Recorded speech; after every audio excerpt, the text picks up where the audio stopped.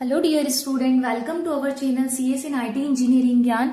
हम लोग डीबीएमएस के बारे में पढ़ रहे थे। आज हमारा डीबीएमएस का लेक्चर 21 है, जिसमें हमारा टॉपिक रहेगा comparison between the three types of data models: hierarchical data model, network data model and relational data model.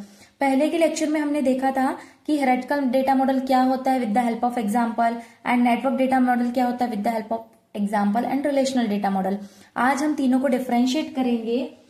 आज के वीडियो में हम हायरार्किकल, नेटवर्क और रिलेशनल डेटा मॉडल को कंपेयर करेंगे। वीडियो को स्टार्ट करने के पहले मैं बोलना चाहूंगी कि अगर आप मेरे चैनल पर नए हैं तो प्लीज मेरे चैनल को सब्सक्राइब कीजिए और बेल आइकन पर प्रेस कीजिए, ताकि मैं जो भी डेली वीडियो अपलोड करती हूँ उसका नोटिफिकेशन आप तक पहुंच जाए। वीडियो को हम स्टार्ट करते हैं। फर्स्ट हमारा है हायरार्किकल डेटा मॉडल। ठीक है, इसमें क्या होता है? Tree like structure means what? Tree like structure जिसमें एक पेरेंट के मल्टीपल चिल्ड्रन होते हैं। And network data model means graph like structure जिसमें एक चाइल्ड के मल्टीपल पेरेंट हो सकते हैं। And relational data model means what? Tabular format, tables, row and column, जिसमें हर एक डेटा यूनिकली स्टोर्ड होता है। सपोज हमने अमित नाम का डेटा लिया, उसकी एज है, उसका रोल नंबर है। अब हमें दूसरा कोई और स्टूडेंट है, उसका डेटा स्टोर करवाना, तो यूनिकली डेटा यहाँ पर स्टोर होता है।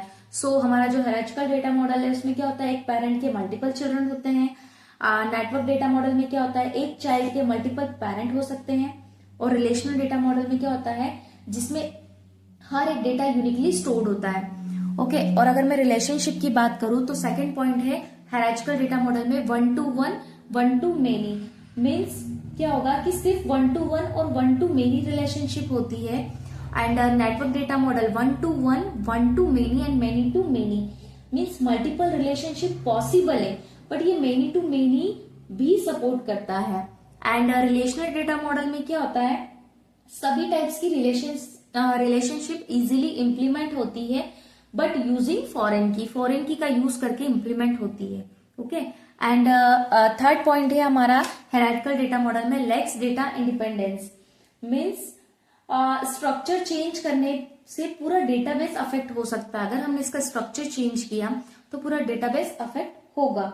और नेटवर्क डेटा मॉडल की अगर मैं बात करूं तो पार्शियल डेटा इंडिपेंडेंस मीन्स थोड़ी फ्लेक्सिबिलिटी हर पर है, पर अभी भी डिपेंडेंसी होती है। थोड़ी फ्लेक्सिबिलिटी है इसमें, पर फिर भी डिपेंडेंसी होती है। And provide data independence means independent है, टेबल मॉडिफाई करना इजी होता है। रिलेशनल डेटा मॉडल में टेबल को मॉडिफाई करना या भी जो भी चेंजेस है वो करना इजी होता है as compare to network and hierarchical data model. And fourth हमारा है डिफिकल्ट टू एक्सेस डेटा।